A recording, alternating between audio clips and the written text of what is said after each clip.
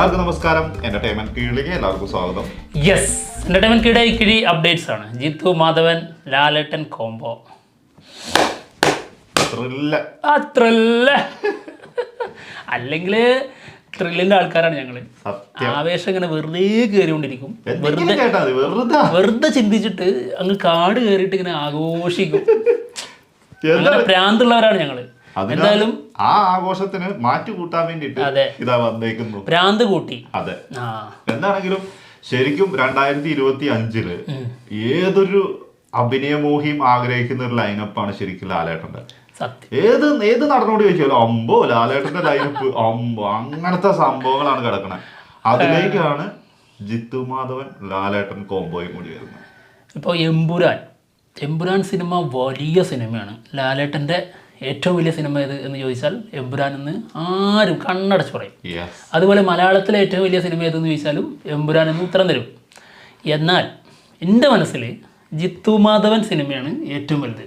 ലാലേട്ടൻ ജിത്തു മാധവൻ സത്യത്തിൽ, അതായത് ലാലേട്ടൻ്റെ കൂടെ ജിത്തു മാധവൻ ചേർന്നാൽ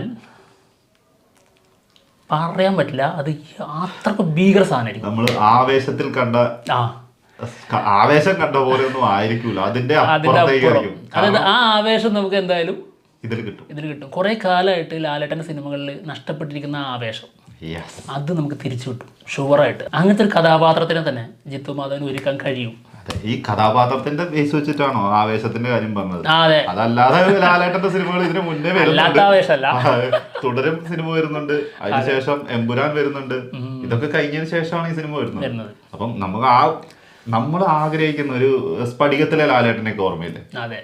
തമാശ ചോട്ടാ മുംബൈ എന്തിനാ അങ്ങോട്ട് പോണ? ചോട്ടാ മുംബൈ ആ ഒരു വൈബ് ഒരു സാധനം കിട്ടിയാൽ. ഇപ്പൊ ജിത്തു മാധവൻ ലാലേട്ടൻ ഈ രണ്ട് പേരുകൾ എടുത്തിട്ട് ഇങ്ങ് ചേർത്ത് വെച്ചപ്പോഴേ നമ്മുടെ മനസ്സിലേക്ക് വരുന്ന ഒരു കുറച്ച് വൈബ് ക്യാരക്ടേഴ്സ് ഉണ്ട്. ഇപ്പോൾ ആവേശത്തിൽ നമ്മുടെ രംഗണ്ണൻ, ചോട്ടാ മുംബൈയിലെ നമ്മുടെ ലാലേട്ടൻ്റെ തല, ഈ ഒരു വൈബ് സാധനമൊക്കെ ഒരു ഐഡൻറ്റിറ്റി ഉള്ള ഒരു ക്യാരക്ടർ, മുഴുനീള കോമഡി, കിടില മാസ് ആക്ഷൻ രംഗങ്ങളും ഉള്ളൊരു സിനിമ ആ ജോണറിൽ വന്നാൽ എങ്ങനെ ഉണ്ടാവും? പൊളിച്ചെടുക്കും. അങ്ങനെ ഒരു ജോണറിലാണ് ഈ സിനിമ വരുന്നത് എന്നുള്ളതാണ് കേൾക്കുന്നത് കേട്ടോ. സിനിമയുടെ പ്രൊഡക്ഷൻ ടീം ഗോകുലം മൂവീസ് ആണെന്നാണ് കേൾക്കുന്നത്. ഗോകുലം മൂവീസിന്റെ പ്രൊഡക്ഷനിൽ ജിത്തു മാധവൻ ലാലേട്ടൻ കോംബോ. എന്തായാലും ഇതിന്റെ ചർച്ചകൾ നടന്നു എന്നുള്ളതാണ് കേൾക്കുന്നത്. പിന്നെ അത് മാത്രമല്ല, ഗോകുലം മൂവീസ് ആയതുകൊണ്ട് തന്നെ അത്യാവശ്യം ബഡ്ജറ്റുള്ള സിനിമയാണെന്നുള്ളത് നമുക്ക് ഊഹിക്കാം. പറഞ്ഞു കേൾക്കുന്നത് അത് തന്നെയാണ്. വലിയ ക്യാൻവാസിൽ വരുന്ന വലിയ സിനിമയാണ്. പിന്നെന്താന്ന് വെച്ചിട്ടുണ്ടെങ്കിൽ ഗോകുലം മൂവീസ് ചെയ്യുന്നു എന്ന് പറയുമ്പോൾ തന്നെ ആ സിനിമയ്ക്ക് അത്യാവശ്യം വലിപ്പം ഉണ്ടാവും. പിന്നെ ലാലേട്ടനും കൂടെ വരുന്നു സിനിമയില്, അത് അതിനേക്കാളിലും ഭയങ്കരം. പിന്നെ സ്വന്തം പ്രൊഡക്ഷൻ അല്ല, അത് മറ്റൊരു കാര്യം. അങ്ങനെ ഒരു സംഭവം കൂടെ ഉണ്ടല്ലോ. ഇനി അതിനകത്ത് കൂടി എഴഞ്ഞ് കേറുമെന്ന് അറിഞ്ഞൂടാ. എന്താണെങ്കിലും ഇവര് ഇന്നലെ മീറ്റ് ചെയ്തതിന്റെയും അതിനൊക്കെ സ്റ്റില്ലുകളൊക്കെ പുറത്തു വന്നിട്ടുണ്ട്.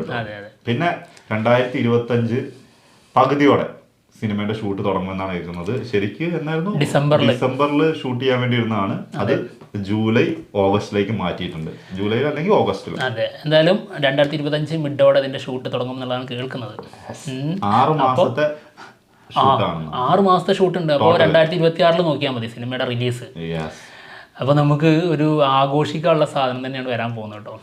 എന്തായാലും വമ്പൻ ടെക്നീഷ്യൻസ് ആണ് കൂടെ ഉള്ളത്, വൺ ടീമാ. അതായത് 6 മാസത്തെ ഷൂട്ട് എന്ന് പറഞ്ഞിട്ടുണ്ടെങ്കിൽ അതിൽ 140 ദിവസം ഷൂട്ട്, ബ്രേക്കും കാര്യങ്ങളൊക്കെ ഉണ്ടാവുമായിരിക്കും. അതെല്ലാം കൂടി ഉൾപ്പെടുത്തിയിട്ടായിരിക്കും 140 ദിവസം എന്ന് പറഞ്ഞാൽ വലിയൊരു കാലയളവാണ്. പിന്നെ തീർച്ചയായിട്ടും. എന്തായാലും ഇത് ബാംഗ്ലൂർ ബേസ് ചെയ്തുള്ള ഒരു സ്റ്റോറിയാണെന്നുള്ളത് കേട്ടിട്ടുണ്ടായിരുന്നു. നമ്മുടെ ജിത്തു മാധവൻ ഒരു തവണ പറഞ്ഞിട്ടുണ്ട്, അതായത് ഇനിയും ബാംഗ്ലൂർ ബേസ് ചെയ്തുള്ള ഒരുപാട് സ്റ്റോറി തന്റെ കയ്യിലുണ്ട്.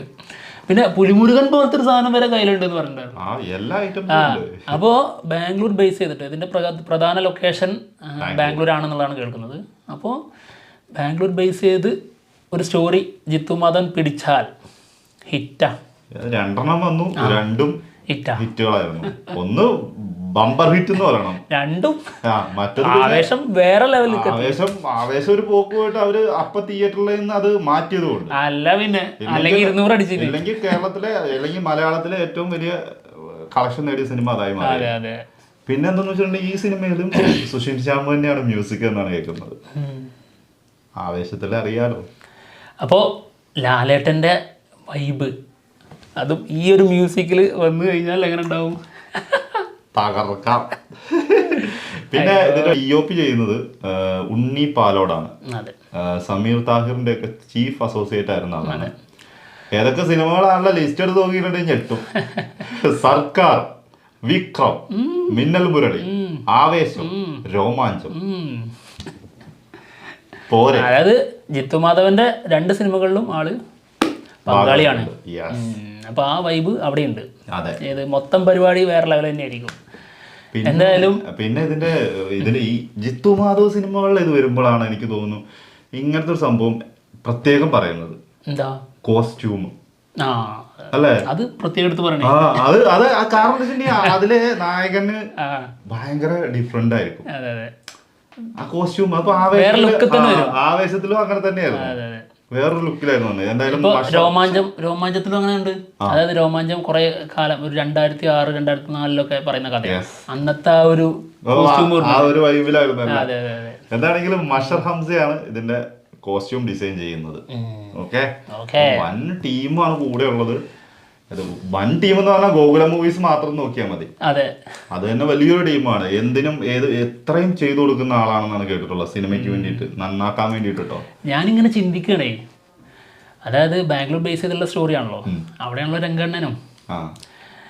രംഗണ്ണന് മുകളിൽ നിൽക്കുന്ന ഏതെങ്കിലും ഒരു ഡോൺ ഇതുപോലത്തെ കോമഡി ആയിട്ടുള്ള ഡോൺ ആണോ?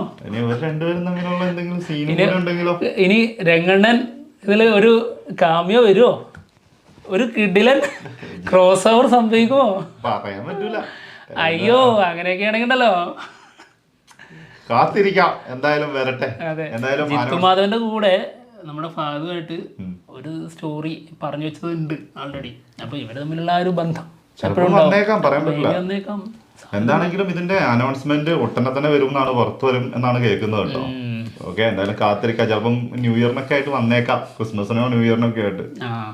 വെറുതെ നമ്മള് ഊഹിച്ചു പറയുന്നതാണ്, ഡേറ്റ് ഒന്നും വന്നേക്കാം. കാരണം അങ്ങനത്തെ ദിവസങ്ങളിലാണ് കൂടുതലും പുതിയ സിനിമകളുടെയൊക്കെ അനൗൺസ്മെന്റ് ഒക്കെ വരുന്നത്.